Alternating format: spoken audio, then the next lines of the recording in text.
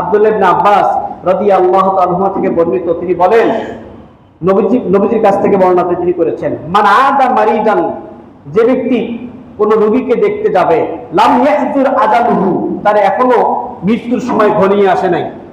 মৃত্যুর সময় ঘনিয়ে আসলে তো বোঝা যায় তার বড় বড় নিঃশ্বাস নিচ্ছে, গ্যারগ্যারা তৈরি হয়ে গেছে, হ্যাঁ, গলার মধ্যে আওয়াজ হচ্ছে, এমন আসেনি, এমন হয়নি।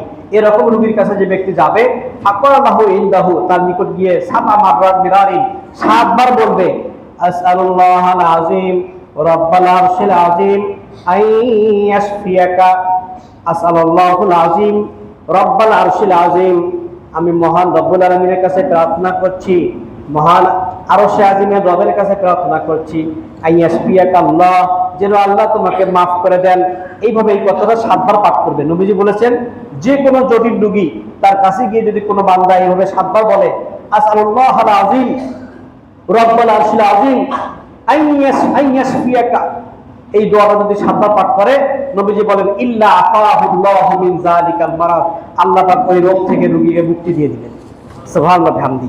হাদিস সুনানে আবু দাউদ পৃষ্ঠা নম্বর 402, সুনানে আবু দাউদ 402 নম্বর হাদিসের মধ্যে লেখা আছে।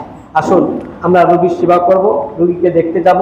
ইমানি বৈশিষ্ট্য, একজন মুমিন আর এক মুমিনের উপর যে 6টা হক রয়েছে, তার মধ্যে একটা হক হচ্ছে ওয়াইয়াউদহু ইযা মারিদা, অসুস্থ হলে তাকে দেখতে যাবে।